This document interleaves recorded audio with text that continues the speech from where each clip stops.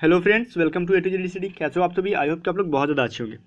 Guys देखिए यहाँ पे क्या है, आपको दिख रहा होगा यहाँ पे PQRS बहुत सारे बच्चों को डिमांड आ रहा था। एक्चुअली मैं आज आपको मैथ का सेकंड पार्ट देने वाला था, टाइम एंड डिस्टेंस का। फिर आज मैंने 3 दिन से देख रहा हूँ बच्चे PQRS और पैसेज के लिए बहुत ज़्यादा मैसेज कर मतलब कमेंट कर रहे कि सर पैसेज करवाइए। कुछ बच्चे बोलते हैं सर PQRS कराइए। चलो कोई बात नहीं, पार्ट 2 मैं आपको कल दे दूंगा। आज फिलहाल मैं आपको ये जो सेकेंड वीडियो मेरा, मैंने पार्ट 1 में आपको रीजनिंग का कराया था, आपको पता है ना। फिर अभी PQRS मैं दे रहा हूँ आपको। जस्ट देखो 6 बजे शाम तक, ठीक है। आज मैं बोल रहा हूँ आज 6 बजे शाम तक आपको दे दूंगा, ये पैसेज का वीडियो दे दूंगा। अगर आपको नोटिफिकेशन नहीं जा पाता है, 3 वीडियो डालने पे नोटिफिकेशन नहीं जा पाता है, ठीक है। मेरा चैनल का पता नहीं क्या प्रॉब्लम है, तीसरा वीडियो डालते तो नोटिफिकेशन नहीं जाता, तो आप लोग चैनल पे आके देख लेना पैसेज का वीडियो, ठीक है। तो फिलहाल यहाँ पे हम स्टार्ट करते हैं PQRS को बिना टाइम को बर्बाद किए। तो देखिए PQRS कैसे करते हैं। सबसे पहला 2 तरीका। पहला क्या है, एक कंप्लीट इसका हिंदी करके, ठीक है। जिसका ग्रामर अच्छा है, वोकैबुलरी अच्छी है, वो तो बच्चा क्या करेगा, शुरू से लेके अंत तक इसका हिंदी करेगा और अरेंज कर देगा सेंटेंस को। यही होगी ना। अब देखो जिसका ग्रामर अच्छा है लेकिन वोकैबुलरी उतनी अच्छी नहीं है, उसका वोकैब बिल्ड नहीं कर पाया जो बच्चा, तो वो कैसे करेगा। तो यहाँ पे क्या है, एक मेथड है ऑप्शन को काटने के बाद। अब ये ऑप्शन कटता है कैसे, देखो अभी एग्जाम में क्या करते हो आप लोग, आंसर खोजते हो ना। आंसर हर एक बच्चा खोजता है, लेकिन इसमें आंसर ढूंढने से पहले उन सभी को छांटने का कोशिश करो जो इसमें नहीं होगा। वो कैसे छांटा जाता है मैं अभी आपको बता दूंगा, ठीक है। कुछ में कुछ हिंदी करके भी बता दूंगा। उसके बाद आपको यहाँ पे क्या करूंगा, मैं आपको कैसे ऑप्शन को छांटना है वो करके मैं बता दूंगा, ठीक है। चलो यहाँ पे देखते हैं। तो देखिए यहाँ पे क्या है, सबसे फर्स्ट क्वेश्चन हमारा। देखो यहाँ पे देखो 1 नंबर यहाँ पे दिया हुआ है, इसके बाद यहाँ पे 6 नंबर दिया हुआ है, बीच में PQRS दिया हुआ है। मतलब जो बच्चे नए हैं, जिसको नहीं पता है, समझो 1 नंबर को और 6 नंबर के सेंटेंस को बिल्कुल भी इधर उधर नहीं करना है, वो अपनी जगह पे रहेंगे। बस PQRS ये 4 सेंटेंस को अरेंज करके कैसे भी 1 से लेकर 6 तक के बीच में हमें क्या करना है, अरेंज करके एक अच्छा सा पैराग्राफ बनाना है, ठीक है। तो देखिए देखते हैं क्या यहाँ पे। There was a boy named Pappu. क्या था, एक लड़का था जिसका नाम क्या था, पप्पू था, ठीक है। तो इस सेंटेंस को पहले ही रखना है हमें। लास्ट में क्या है, at last she turn him out of the house. Last में क्या हुआ, उसने उसको क्या किया, घर से निकाल दिया। अब जो भी हो सी यहाँ पे, अब वो किसने घर से निकाला, कोई लेडी ही थी। अब देखते हैं आगे वो लेडी कौन थी। देखो अब पी में क्या है, so the mother asked him to find work. इसलिए उसकी माँ क्या बोलती थी, जाओ काम खोजो, यही ना। काम खोजने के लिए उसकी माँ हमेशा बोलती थी। अब देखो क्यू में क्या है, दे वेयर वेरी पुअर। वो क्या थे, बहुत गरीब थे। आर में क्या है, she lived with his he lived with his mother. वो क्या किसके साथ रहता था, अपनी माँ के साथ रहता था। इसमें देखो but Pappu refuse to work. Pappu क्या करता था, काम करने से इनकार करता था। रिफ्यूज का मतलब इनकार करना, ठीक है। अब देखो there were a boy named Pappu. अब यहाँ पे समझो, मैं अपने बारे में बताता हूँ, मेरा नाम क्या है, धीरज है, ठीक है। मेरा नाम क्या है, धीरज है। तो इसके बाद मैं अपने बारे में कुछ बताऊंगा, है ना। मैं कहाँ का हूँ, मैं कहाँ पे रहता हूँ, पहले ये बताऊंगा मेरा कंडीशन क्या है, मेरी क्वालिफिकेशन क्या है, ये सभी चीज़ें। मतलब जब भी PQRS बनाओ तो पहले वाले सेंटेंस की जो देखो नियरेस्ट कौन सा सेंटेंस आ रहा है, क्लोजेस्ट कौन सा है। अब यहाँ पे हमने बात किया कि there was a Pappu name there was a boy name Pappu. क्या था, एक लड़का था जिसका नाम पप्पू था। अब उसके बारे में बताओ कि वो कहाँ रहता था, किसके साथ रहता था, या फिर कैसा था। तो यहाँ पे अगर आप ये बोलते हो दे वी आर वेरी पुअर, तो देखो ये नहीं होगा। क्यों नहीं होगा, क्यों नहीं होगा, दे। अब यहाँ पे पप्पू के बारे में हमने सिंगल बताया, तो यहाँ पे दे कैसे आएगा, ही आता तब ना। ही वाज वेरी पुअर, तो नहीं। जाहिर सी बात है इसके बाद कुछ एक और व्यक्ति को यहाँ पे जोड़ा गया है, उसके बाद दे का यूज होगा, ठीक है। इसलिए यहाँ पे ये देखो he live with his mother, यहाँ पे सेकंड पर्सन आ गया, यहाँ पे सेकंड कोई और भी आ गया। वो क्या था, there was a boy named Pappu, एक लड़का था, ठीक है, जिसका नाम पप्पू था। वो अपनी माँ के साथ रहता था। ही लिव्ड विथ हिज मदर, ठीक है। सबसे पहले हमारा आर आ गया। अब देखो दे वेयर वेरी पुअर, वो लोग क्या थे, बहुत गरीब थे। अब उनके बारे में बताओ, नियरेस्ट मीनिंग देखो, ठीक है। वो लोग क्या थे, बहुत गरीब थे। आर के बाद क्यू आया आपका। फिर देखो so the mother asked him to find work. क्या बोलती, उसको काम के लिए क्या बोलती बोलती या फिर पूछती रहती थी कि काम कर लो कुछ, ठीक है। गरीब था इसलिए तो बोलती थी ना। अब पहले फिर पी आ गया। अब देखो but Pappu refuse to work. Pappu क्या बोलता, हमेशा इनकार कर देता काम से। RQPS, ठीक है। अब देखो एट लास्ट, अब वही 6 नंबर तो आपका वही जगह पे रहेगा। फिर क्या किया, उसकी माँ ने क्या किया, इसलिए उसे घर से निकाल दिया। तो RQPS कहाँ पे, ये देखो RQPS सबसे बी नंबर ऑप्शन में दिख गया। चलो ये तो मैंने आपको हिंदी करके बताया, लेकिन अब ये देखो इसका हिंदी मैंने क्या बताया, RQ मतलब इसका आंसर PS, जो कि बी नंबर में है। अब देखो आप ये बोलते हो कि सर ये कैसे करें कि हमें हिंदी ना भी करें, या फिर हल्का फुल्का हिंदी आ रहा है फिर भी अरेंज करने नहीं आ रहा है, ठीक है। देखो बिना हिंदी किए तो आप अरेंज नहीं कर सकते हो, पहला नंबर, ठीक है, क्योंकि आपको सेंटेंस पढ़ के हिंदी समझना ही होगा। तो वो कैब अच्छी होनी चाहिए। अब देखो इसे, ये बोल रहा है कि but Pappu refuse to work, ठीक है। अब ये पहले हम बोलेंगे ना, so the mother asked him to work, find work. उसकी माँ काम करने के लिए बोलती थी तो ही तो इनकार करता था ना, बिना बोले इनकार कहाँ से करेगा, जाहिर सी बात है इसके पहले पी आएगा, ठीक है। चलो अब देखो, दे वेयर वेरी पुअर का मैंने अर्थ बता दिया कि दे वेयर जो है दो आदमी का जिक्र हुआ तभी दे का यूज होगा। दो आदमी का जिक्र कब हुआ, तो आर वाले में हुआ। बात समझ में आया। ऐसे ऐसे करके हम सारे क्वेश्चन को जरा देख लेंगे। तो आपको इसका आंसर मिल गया आर क्यू पी एस। चलो इसके बाद मैं पैसेज दूंगा, टेंशन मत लेना आप लोग। अब देखो 2 नंबर क्वेश्चन क्या बोल रहा है। पहला नंबर हमारा यहाँ पे है 2 का सेंटेंस का। अब लास्ट ये बोला है, आई एम अ सिंपल मैन, मैं कैसा हूँ, एक साधारण व्यक्ति हूँ। मैं जाहिर सी बात है मैंने अपने बारे में जिक्र कर दिया। तो इसके बाद का नियरेस्ट सेंटेंस देखो इसमें कौन सा है। That year the winter came yearly, मैं साधारण व्यक्ति हूँ। पहला क्या हुआ, मैं साधारण व्यक्ति हूँ। That year the winter came yearly, उस साल क्या हुआ, ठंडा पहले ही आ गया। तो बताओ मैं साधारण व्यक्ति हूँ, तो इसे ठंडा आने से क्या मतलब, जाहिर सी बात है एक के बाद पी नहीं आएगा, क्योंकि किस वक्त की बात की जा रही है, क्या हो रही है, उससे कोई कनेक्शन है ही नहीं इसके बीच में, है ना। तो पहले पी नहीं आएगा। तो देखो जाहिर सी बात है किसी ऑप्शन में भी पी नहीं है, ठीक है। अब देखो क्यों में क्या है, so I love the earth, the fresh air, the animals and the wind and the sky. अब देखो यहाँ पर अगर हम ये बोलते हैं कि आई एम अ सिंपल मैन, एक साधारण व्यक्ति हूँ। सो क्या करता हूँ, मैं साधारण व्यक्ति हूँ, तो सो आई लव द अर्थ, इसलिए मैं क्या करता हूँ, पृथ्वी से प्यार करता हूँ। जरूरी थोड़ी है कि जो साधारण व्यक्ति वही पृथ्वी से प्यार करते हैं, फ्रेश एयर से प्यार करते हैं, एनिमल से प्यार करते हैं, नहीं। जो साधारण नहीं है, असाधारण है, वो भी इन सभी से प्यार करते हैं। जाहिर सी बात है क्यों भी नहीं आएगा। अब देखो, अब नेक्स्ट देखते हैं क्या हमारा, I was born in a village and never left it. अब देखो यहाँ पे बात हो गई, मैं एक साधारण व्यक्ति हूँ। I was born in a village, मैं एंड नेवर लेफ्ट इट, मैं क्या था, मेरा जन्म कहाँ हुआ था, गांव में हुआ था, मैंने गांव में जन्म लिया था। एंड मैंने गांव छोड़ा नहीं है कभी, या फिर मैं गांव से कभी बाहर नहीं गया। बात वही है, यहाँ पे अर्थ एक ही निकल रहा है। देखो ये इसका नियरेस्ट मीनिंग यहाँ पे निकल गया ना, नियरेस्ट सेंटेंस। मैं एक सिंपल मैन हूँ एंड मेरा जन्म कहाँ हुआ था, गाँव में हुआ था, ठीक है। और मैं कभी गाँव से निकला नहीं। जाहिर सी बात है पहले कौन सा आ गया आपका, आर नंबर आ गया। क्लियर। चलो, one evening I visited my cousin Karl, एक शाम क्या हुआ, मैं अपने कजन के पास गया जिसका नाम क्या है, कार्ल है, ठीक है। तो देखो मैंने बचपन में क्या हुआ, गांव में जन्म लिया, इसलिए अपने शाम को दो क्या कजन के पास नहीं गया। तो आर के बाद एस नहीं आएगा, बात समझे। अब देखो, I was born in a village and never left it, मैं गाँव में जन्म लिया था और कभी छोड़ा नहीं था। सो आई लव द अर्थ, ये बात हुआ, मैं देखो गाँव में जन्म लिया हूँ, इसलिए मैं क्या करता हूँ, अर्थ से क्या करता हूँ, प्यार करता हूँ, फ्रेश एयर से प्यार करता हूँ, the animals and the wind and the sky. अब गांव के लोग ही ज़्यादातर क्या करते हैं, फ्रेश एयर का एंजॉय लेते हैं। तो उन्हें पता होता है ना कि क्या फ्रेश एयर का मतलब क्या होता है। एक्चुअली शहर में पोल्यूशन होता है, सेंटेंस के अकॉर्डिंग मैं बोल रहा हूँ, ठीक है। तो यहाँ पे आर के बाद क्यों होना चाहिए, बिकॉज इसलिए वो प्यार करता है क्योंकि वो गाँव में जन्म लिया है, ठीक है, और गाँव से कभी बाहर निकला ही नहीं है। तो इसलिए वो फ्रेश एयर और अर्थ सबसे क्या प्यार करता है, जो सेंटेंस में दिया हुआ है। तो आर, उसके बाद क्यों आ गया, ठीक है। अब देखो, that year the winter came yearly, ठीक है। अब सबसे पहले ये देखते हैं कि आर के बाद क्यों किस वाले ऑप्शन में है। आर के बाद क्यों है ना, मैंने बोला सेंटेंस को काटना सीखो, मैं आगे पढ़ूंगा, लेकिन अभी देखो आर के बाद क्यों सिर्फ ए में है, बाकी आर के बाद इसमें पी है और इसमें आर है ही नहीं, तो सेंटेंस कट गया। आप इतना पे भी आंसर ये कर देते हो ए, मतलब क्या बोलूँ इसे, फ्रिक्वेंटली अगर आप ये ले लेते हो, डिसीजन ले लेते हो, तो आपको तुरंत आंसर सही मिल जाएगा। ए नंबर में आ गया आपको आर के बाद क्यों। इसके अलावा आप आगे भी देख सकते हो, that year the winter came yearly, उस साल क्या हुआ, विंटर क्या हुआ, जल्दी आ गया, ठीक है। One evening I visited my cousin Karl, मैं एक दिन शाम को क्या हुआ, मैं अपने कजन कार्ल के पास गया, ठीक है।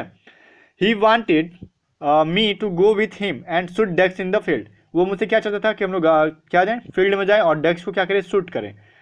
वो कब चाहेगा, जब मैं उसके पास जाऊंगा। जाहिर सी बात है लास्ट में आपका एस आ गया, है ना। चलो ये भी समझ में आ गया कि ऑप्शन क्या होगा, ए नंबर इसका आंसर हो जाएगा।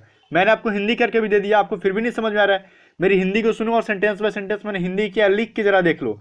अगर हिंदी पसंद नहीं आ रही है कोई बात नहीं, मैं और भी तरीका है जो डायरेक्ट आंसर भी बता सकता था, लेकिन हिंदी हिंदी उन बच्चों के लिए जरूरी है जो कि अभी इंग्लिश में बहुत ज़्यादा वीक है। अब देखो, one day Guru Nanak went to small village, ठीक है। फर्स्ट सेंटेंस हमारा, एक दिन गुरु नानक कहाँ गए, एक छोटे से गांव में गए, ठीक है।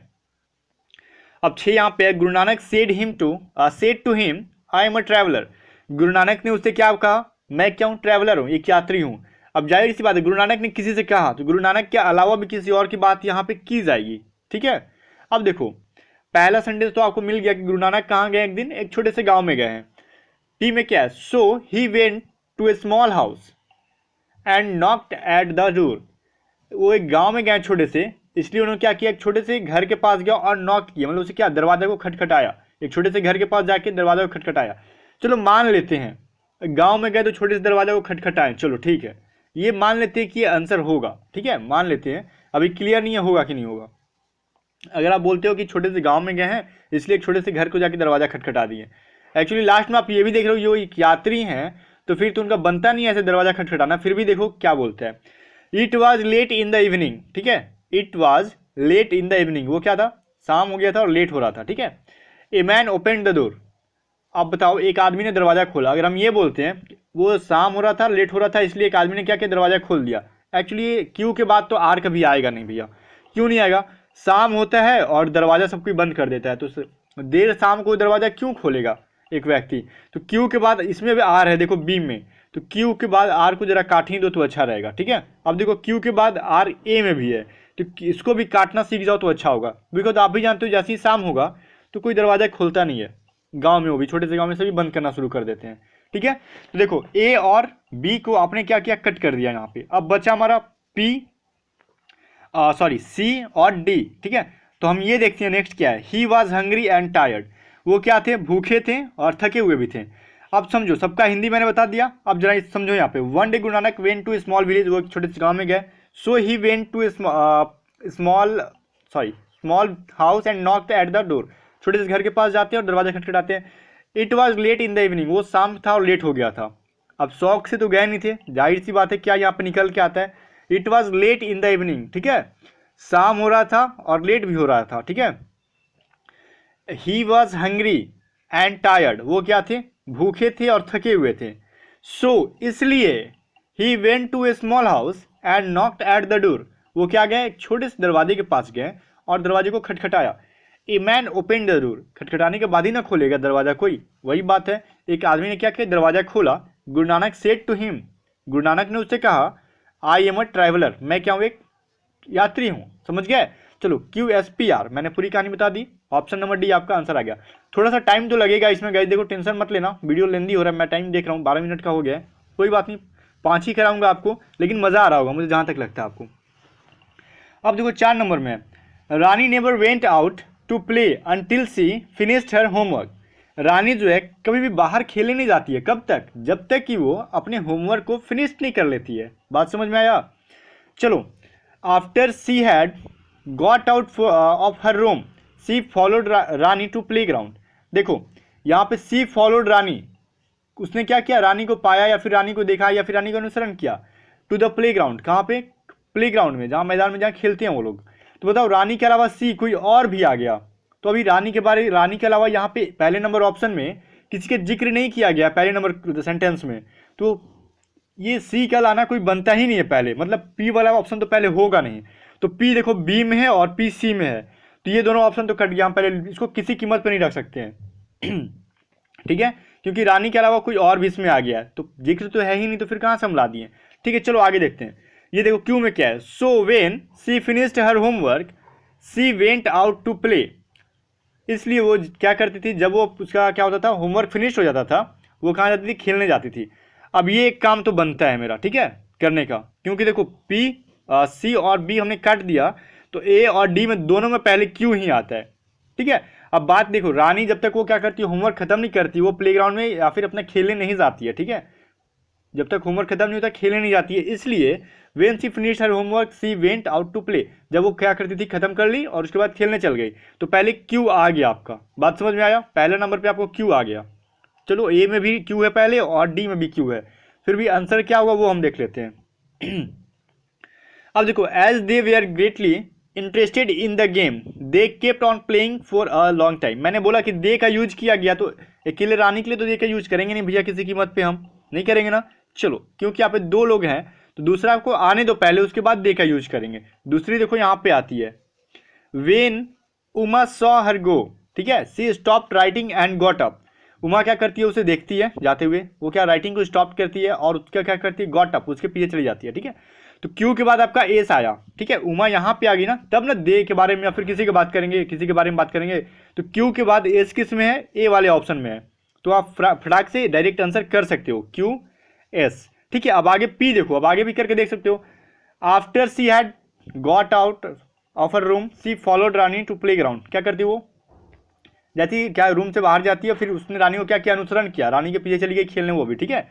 और आर में क्या है, as they we are greatly interested in the game they kept on playing for a long time. क्या क्या वो लोग बहुत ज़्यादा क्या थे, इंटरेस्टेड थे गेम खेलने में, वो लोग क्या वो पूरी देर तक क्या करें, गेम खेले, ठीक है। When they saw the sunset, जैसे उन्होंने सूर्यास्त देखा, they stop playing and started back. क्या क्या सूर्यास्त होना था तो उन्होंने खेलना बंद किया और वापस क्या घर आ गए। बात समझ में। चलो अब नेक्स्ट क्वेश्चन देख लेते हैं। मजा आ रहा होगा मुझे जहां तक लगता है, मजा आ रहा है तो कमेंट करके बता दो, नेक्स्ट पार्ट आएगा। अगर बोरिंग लग रहा है तो कोई बात नहीं, खत्म कर देंगे यहीं पे, है ना। अब देखो यहाँ पे Gandhi ji lived the life of an एस्केटिक।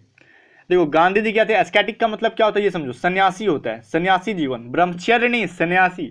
सन्यासी मतलब क्या, कंफर्टेबल लाइफ नहीं जीना। बात समझ में आ गया। चलो कंफर्ट लाइफ नहीं जीना उसको क्या बोलते हैं, एस्केटिक, सन्यासी। Gandhi ji lived the life of an ascetic. क्या ठीक है, स्कैटिक का लाइफ वो क्या करते थे, जीते थे। ये बात आ गया पहले। देखो अब फिर देखो पी क्यू आर एस में क्या है, even in the midst of winter. क्या था वो, क्या था, बहुत कड़ाके की ठंड थी। मिड्स ऑफ विंटर का मतलब वही होता है बीच का ठंड होना। जैसे कि देखो ठंड का बीच जैसे आता है ना तो बहुत ज़्यादा ठंड पड़ती है, उसी कड़ाके की ठंड बोलते हैं। Eating the simplest fruits of the earth, ठीक है। वो क्या करते थे, पृथ्वी का जो था सिंपल सा जो साधारण सा फल था वही वो लोग खा लेते थे, गांधी जी खाते थे, ठीक है।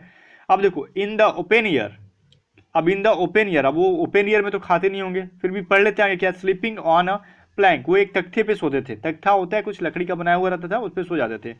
And care nothing for his personal appearance, और अपने पर्सनल अपीयर अपने बारे में क्या करते थे, कोई केयर वगैरह नहीं करते थे। अब देखो ऑप्शन आपके पास है, जरा नीचे है वो ऑप्शन, नीचे चला गया, ठीक है।